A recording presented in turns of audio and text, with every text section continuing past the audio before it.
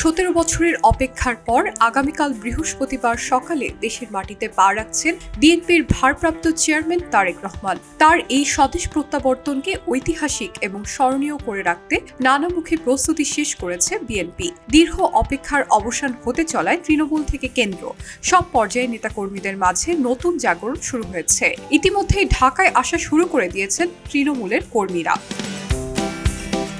বিএনপির নেতাকর্মীরা বলছেন, এই প্রত্যাবর্তন শুধু একজন রাজনৈতিক নেতার দেশে ফেরা নয়, বরং বাংলাদেশের রাজনীতিতে নতুন অধ্যায়ের সূচনা। উপস্থিতির দিক থেকে অতীতের সব রাজনৈতিক প্রত্যাবর্তনের রেকর্ড ভাঙার প্রত্যাশা করছেন তারা। বিএনপির সিনিয়র যুগ্ম মহাসচিব রুহুল কবির রিজভী বলেন, মানুষের মহামিলন এবং মহামেলায় পরিণত হবে, এই ব্যাপারে আমরা নিশ্চিত। লক্ষ লক্ষ মানুষ, আমি তো মনে করি যে অর্ধ কোটিরও বেশি মানুষের উপস্থিতি হবে সেদিন ঢাকায়।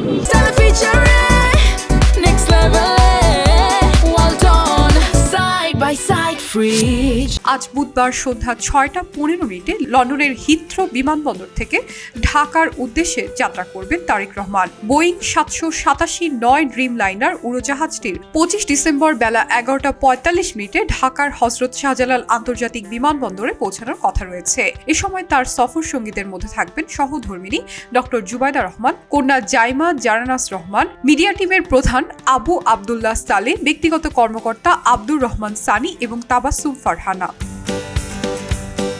যুবদল, স্বেচ্ছাসেবক দল, ছাত্রদল এবং ঢাকা মহানগরের নেতাদের নিয়ে গঠন করা হয়েছে শৃঙ্খলা কমিটি। প্রস্তুত করা হয়েছে স্বেচ্ছাসেবক টিম। জেলায় জেলায় চলছে প্রস্তুতি সভা, স্বাগত মিছিল। তারেক রহমানকে সংবর্ধনা দিতে রাজধানীর বিশ্ব রোড থেকে পূর্বাচলমুখী 300 ফুট সড়কের একটি অংশ জুড়ে বিশাল মঞ্চ তৈরির কাজ শুরু করেছে বিএনপি।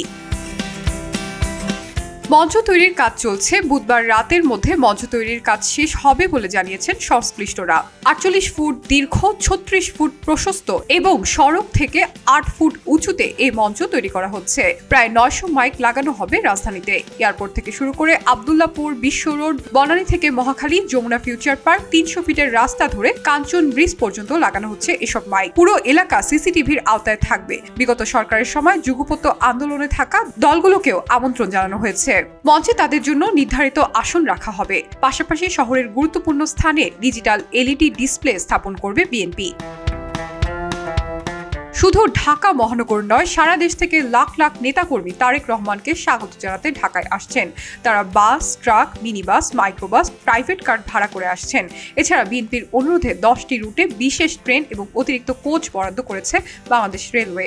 আজ বুধবার সকাল থেকে ঢাকামুখী হচ্ছেন তৃণমূলের নেতাকর্মীরা। প্রতিটি বিভাগ থেকে 3 থেকে 4 লাখ নেতাকর্মী এবং প্রতিটি জেলা থেকে অন্তত 30 থেকে 40 হাজার নেতাকর্মী ঢাকায় জড়ো করার পরিকল্পনা রয়েছে তৃণমূলের নেতাকর্মীদের। এমনকি প্রবাস থেকেও বিএনপি নেতাকর্মীরা ঢাকায় আসতে শুরু করেছেন। এছাড়া নয়াপল্টন, কাকরাইল, উত্তরা, বিমানবন্দর, গুলশান সহ ঢাকার বিভিন্ন সড়কে গুরুত্বপূর্ণ পয়েন্টে এবং বিল্ডিংয়ে লিডার আসছে লেখা এবং তারেক রহমানের ছবি সংবলিত প্লাকার্ড এবং ব্যানার টাঙিয়েছে কেন্দ্রীয় নেতারা। নেতাকর্মীদের কষ্ট লাঘবে এবং তৃষ্ণা মেটাতে খাবার সরবরাহের পাশাপাশি লাখ লাখ পানির বোতল বিতরণের প্রস্তুতিও নেওয়া হয়েছে। ইতিমধ্যে কয়েক হাজার বোতল বিশুদ্ধ পানি বিতরণ করার উদ্যোগ নিয়েছে বিএনপির ভারপ্রাপ্ত চেয়ারম্যানের পররাষ্ট্র বিষয়ক উপদেষ্টা বদরুল আলম চৌধুরী শিপলু। ইতিমধ্যে পানির বোতলে তারেক রহমানের ছবি যুক্ত করে সার্বিক প্রস্তুতি নেওয়া হয়েছে। হযরত শাহজালাল আন্তর্জাতিক বিমানবন্দরে 24 ডিসেম্বর সন্ধ্যা 6টা থেকে 25 ডিসেম্বর সন্ধ্যা 6টা পর্যন্ত সহযাত্রী এবং পরিদর্শকদের প্রবেশ নিষিদ্ধ করেছে বেসরকারি বিমান চলাচল কর্তৃপক্ষ। এ সময় সংশ্লিষ্ট সবার সহযোগিতা কামনা করেছে বিমানবন্দর কর্তৃপক্ষ। তারেক রহমান বিমানবন্দর থেকে আরেক জায়গায় গমনাগমনের সময় পাবেন পুলিশ প্রোটেকশন সহ বিশেষ নিরাপত্তা। এছাড়া তারেক রহমানের বাসভবন এবং অফিসেও থাকবে কয়েক স্তরের নিরাপত্তা ছাড়পত্র ছাড়া কাউকে তার কাছে ভিড়তে দেবে না পুলিশ।